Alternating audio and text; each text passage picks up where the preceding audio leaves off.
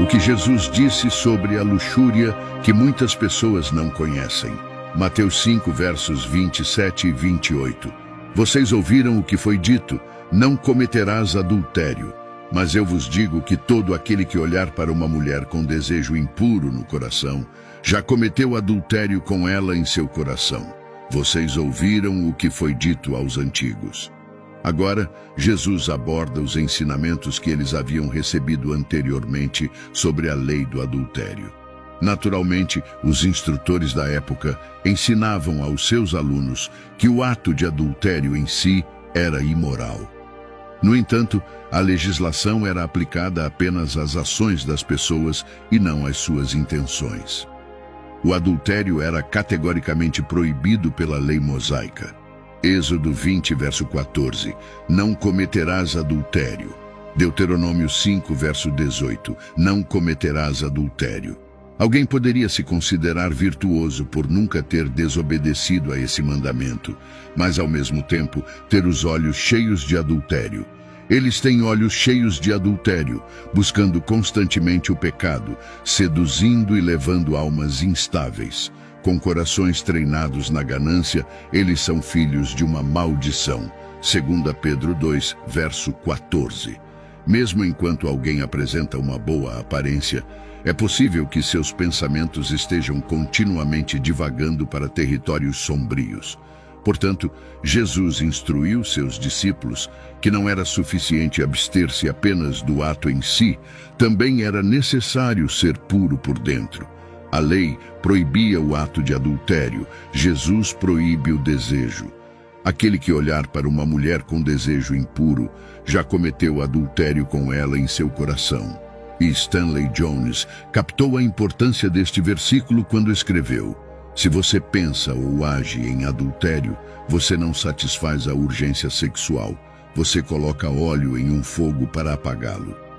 O pecado começa na mente, e se continuarmos a alimentar esse pensamento pecaminoso, eventualmente agiremos conforme ele. Nos deparamos com o provérbio que afirma: aquele que olha para uma mulher com desejo já cometeu adultério com ela em seu coração. Jesus acrescenta que é possível cometer adultério ou assassinato em nossos corações ou mentes, e que isso também é uma forma de pecado proibida pelo mandamento contra o adultério. Jesus rastreou as raízes do desejo sexual até os olhos quando disse coisas como: aquele que olha para uma mulher. Isso é verdade de acordo com a declaração bíblica e a experiência de vida. Jó 31, verso 1. Fiz uma aliança, um acordo com os meus olhos, como então poderia eu olhar com luxúria para uma virgem? Quando alguém parecia ter pena de um homem de um olho, ele lhe dizia que tinha perdido um de seus inimigos, um ladrão astuto que teria roubado o seu coração. Algumas pessoas apenas se abstêm de cometer adultério porque têm vergonha da possibilidade de serem descobertas, mas no fundo o fazem diariamente. É louvável que eles se abstenham de envolver-se no ato explicitamente sexual do adultério. No entanto, o fato de que suas mentes estão ocupadas com tais pensamentos é extremamente problemático. Este princípio se aplica a muito mais do que homens olhando para mulheres. Aplica-se a praticamente qualquer coisa que possamos cobiçar com os olhos ou a mente.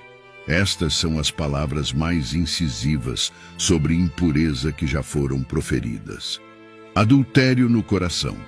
Porque Jesus considera o adultério no coração como um pecado, podemos deduzir que o que pensamos e permitimos que nossos corações descansem resulta das escolhas que fazemos. Podemos não ser capazes de controlar pensamentos ou sentimentos passageiros, mas certamente decidimos onde nosso coração e mente descansarão.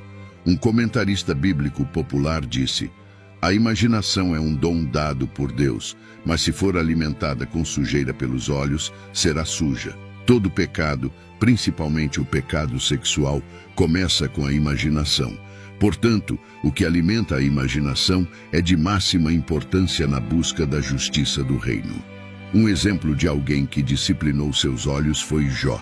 O livro de Jó é notável de muitas maneiras, mas uma de suas qualidades mais cativantes é que ilustra como um homem pode ser muito humano e extremamente celestial ao mesmo tempo.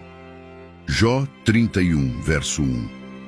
Fiz uma aliança com os meus olhos para não olhar com desejo por uma jovem.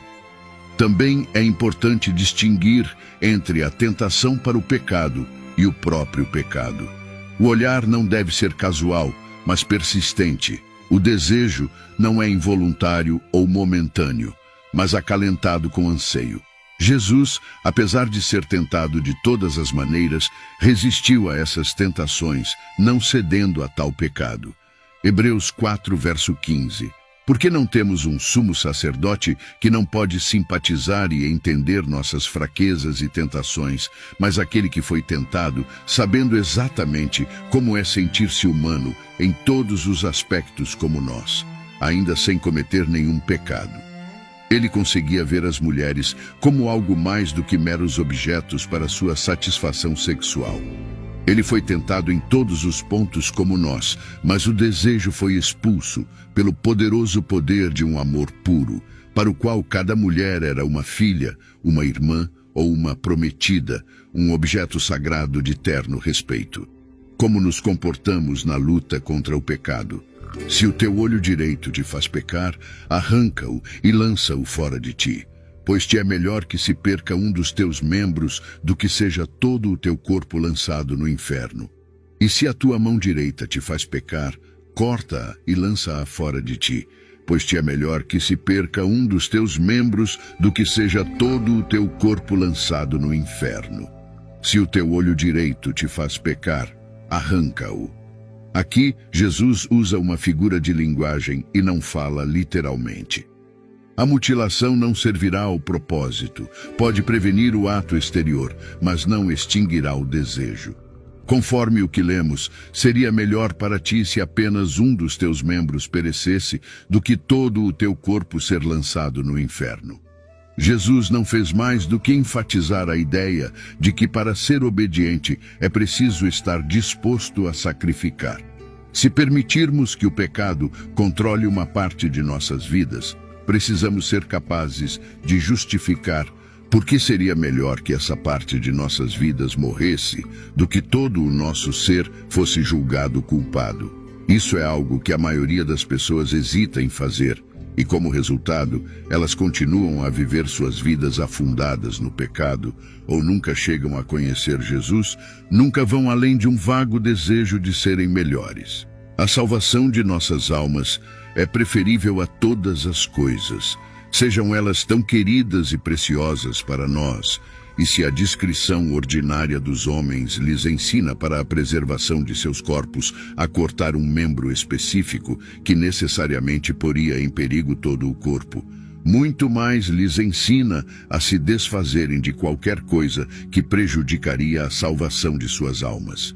Não é de surpreender que Paulo exorte os crentes a fugirem da imoralidade sexual. 1 Coríntios 6, verso 18. Fujam da imoralidade sexual em qualquer forma, seja pensamento ou comportamento, seja visual ou escrito. Todo o pecado que um homem comete é fora do corpo, mas o que pratica imoralidade sexual peca contra o próprio corpo. Efésios 5, verso 3. Mas a imoralidade sexual e toda impureza moral, comportamento indecente, ofensivo ou ganância, não devem ser nem mesmo mencionados entre vocês, como é próprio entre os santos, pois como crentes, nossa maneira de viver, seja em público ou em particular, reflete a validade de nossa fé. 1 Tessalonicenses 4, verso 3. Porque esta é a vontade de Deus, que vocês se santifiquem, se separem e se apartem do pecado, que se abstenham e se afastem da imoralidade sexual.